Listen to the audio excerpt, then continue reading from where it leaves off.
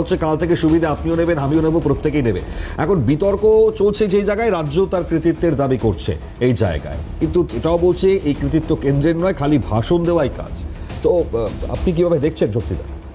ব্যাপারটা হচ্ছে জিএসটি ব্যাপারটা ভারতবর্ষের মানুষ কতটা বুঝেন, একটা প্রত্যক্ষ কর একটা পরোক্ষ কর।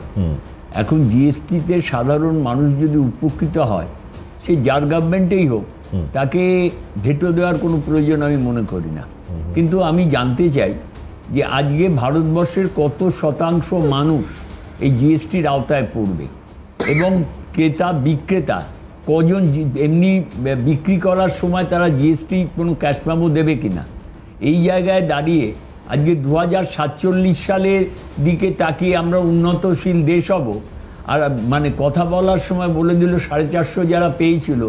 আরে যদি কেউ বলে ইসবার 400 পার, তাহলে 240 যদি থমকে দাঁড়ায় কোনো একটা জায়গায়, সেখানে রাজনীতিতে আমরা নিশ্চয়ই তাকে বলবো। একটা কথা আমার যেটা জানার দরকার, যে ইন্স্যুরেন্স থেকে ট্যাক্স কমানো হচ্ছে, জিএসটি কমানো হয়েছে, মেডিক্লেম থেকে কমানো হয়েছে। আপনি বলুন তো ভারতবর্ষের কত পার্সেন্ট মানুষ মেডিক্লেমের আওতায় পড়ে? ভারতবর্ষে যে ওষুধগুলো আছে, আপনারা দেখেছেন যে ভারতবর্ষে প্রায় 175টা ওষুধ ব্যান করে দেওয়া হয়েছে, জীবনদায়ী ওষুধ, তার মধ্যেও নানা রকম নকল ঢুকছে। আজকে আমার দেশকে, আজকে প্রাইম মিনিস্টার বললেন 22 সেপ্টেম্বর সবার মুখে আমি হাসি ফোটাবো। এই কথাগুলো বলা, শুধু বক্তৃতা করা ছাড়া, উনি তো অনেকবার অনেক কথা বলেছেন। উনি কখনো ট্রাম্পের কাছে বন্ধুত্ব করেন, কখনো ট্রাম্পের কাছ থেকে একদম উল্টো পিঠে থাপ্পড় খান। আজকে যেটা বললো 90 লক্ষ টাকা, আমার ছেলে আমেরিকায় থাকে, আজকে হোয়াইট হাউস সেটা ক্যান্সেল করে দিয়েছে, ট্রাম্পের কথা মানেনি।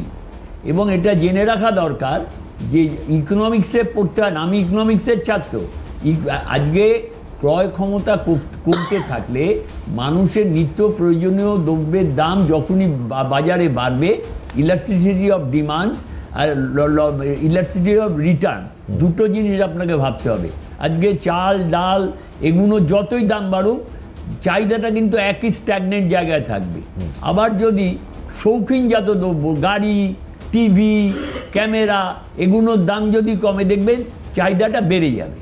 আমার কথা হচ্ছে জিএসটির আওতায় পড়া মানুষ, ভারতবর্ষের মানুষ প্রায় 150 কোটির ঊর্ধ্বে মানুষ। সেই জায়গায় গ্রামে গঞ্জে, সেই জায়গায় বললো না যে আজকে চাষিদের কাছেও কিউআর কোড থাকে, তারা টাকা তোলে।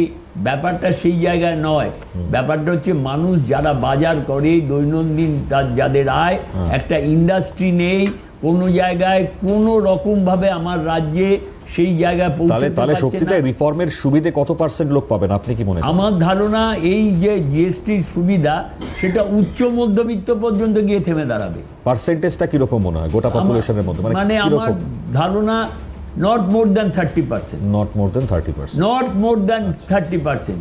শতকরা 30 জন মানুষ হয়তো উপকৃত হবে। যেমন আমার, আজকে আমি যতদিন চাকরি করতাম ব্যাংকে, ততদিন আমার মেডিক্লেম ছিল। এখন মেডিক্লেমের ইন্স্যুরেন্স কত জানেন? বয়সের সাথে বাড়ে তো। কিভাবে বেড়েছে, এবং সবকটা প্রাইভেটাইজেশন হয়ে যাচ্ছে। আচ্ছা, আগে যে ছিল এলআইসির ওপর, এখন কি ইন্স্যুরেন্স হচ্ছে? এখন বিভিন্ন রকম বীমা তৈরি হয়ে গেছে, তার ফলাও করে বাজারে তার অ্যাডভার্টাইজমেন্ট চলছে। বুঝলাম, ঠিক আছে। জিএসটিটা যদি মানুষ মহানন্দাদি আসছি আমি, তাতে তো কাউকে কিছু বলার নেই। বেশ বেশ, আপনি শক্তিদার কথা ধরে মহানন্দাদি কিছু বলতে চাইছেন, বলুন মহানন্দাদি।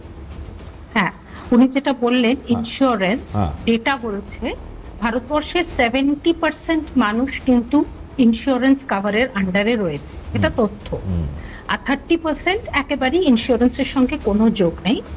আর জিএসটির ব্যাপারে বলছি, এটাও ডেটাই বলছি, এটা অক্সফ্যামের ডেটা। সেটা হচ্ছে যে বটম 50%, মানে একেবারে নিচের 50% পপুলেশন, তারা 9.6% জিএসটি আওতায়, এবং 28% জিএসটি রেভিনিউ কন্ট্রিবিউট করে 64% পপুলেশন। তার মানে 64% পপুলেশন ভারতবর্ষের 28% জিএসটি কিন্তু কন্ট্রিবিউট করে। আর একেবারে নিচের যে বটম 50%, তারা কন্ট্রিবিউট করে 9.6%। কাজে একেবারে যে জিএসটির আওতায় মানুষ নেই তা তো নয়, এবং ইনডিরেক্ট ট্যাক্স মানেই হচ্ছে যে আপনি যে দামে কিনছেন আম্বানিরাও সেই দামেই জিনিস কিনছে, যদিও তারা অতি ধনী, তারা হয়তো আচ্ছা, কিছু প্রশ্ন করতে চাইছেন মহানন্দাদি যদি বলেন।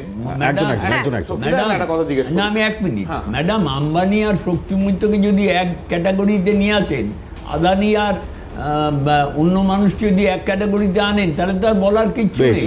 আমি একটা অন্য কথা জিজ্ঞেস করি। মহানন্দাদি, আপনি খুব যথার্থভাবেই একটা তথ্য তুলে ধরলেন। আপনি যদি এই তথ্যের সাথে আরেকটি তথ্য আমাকে দিতে পারেন, সুবিধা হয়, যে ভারতবর্ষের কত শতাংশ লোক ট্যাক্স দেয়, ট্যাক্স হিসাবে মানে ট্যাক্স জমা দেয়, সেটা আপনি একটু বললে আমি সুবিধা হবে, ব্যাপারটা আরো পরিষ্কার হবে। সেটা তো দুটো দিক আছে। ট্যাক্স তো একটা হচ্ছে ডাইরেক্ট ট্যাক্স, সেটা income tax, property tax, wealth tax, কিন্তু ইনডাইরেক্ট ইনকাম ট্যাক্সেরই কথা বলছি।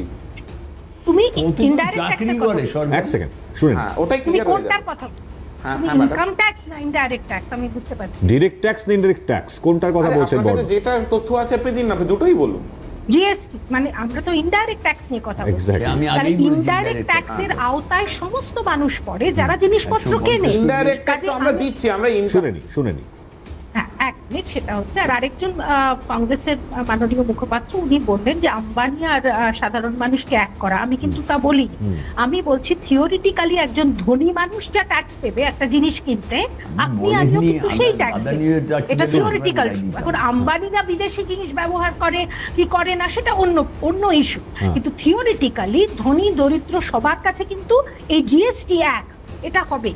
আর ইনকাম ট্যাক্স যদি বলা হয়, তাহলে ইনকাম ট্যাক্সের তো স্ল্যাব আছে, সেই অনুযায়ী যারা যেটা ইনকাম করে স্ল্যাবের মধ্যেই তো স্ল্যাব হতো, সে পার্সেন্টেজের মধ্যে। চলো ঠিক আছে, মধ্যে 140 কোটি লোক। বেশ মনিদা অনেক কিছু বলতে চাইছেন, আমি ফিরছি, দ্রুত ফিরবো। ফিরেলা বিরতির পর। দেখুন, আলোচনায় ডেফিনেটলি প্রেক্ষাপট থেকে অন্য প্রেক্ষাপটে যাবো, তবে তার আগেই জিএসটি নিয়ে যে বিশ্লেষণের জায়গাটা আসছে, মহানন্দাদি অনেক জায়গাগুলো বললেন, মনিদা কিছু বলতে চাইছিলেন, আমি মনিদার কাছে আসবো। মহানন্দাদি, আচ্ছা বলবেন আপনি, বলেন মহানন্দাদি, বলুন।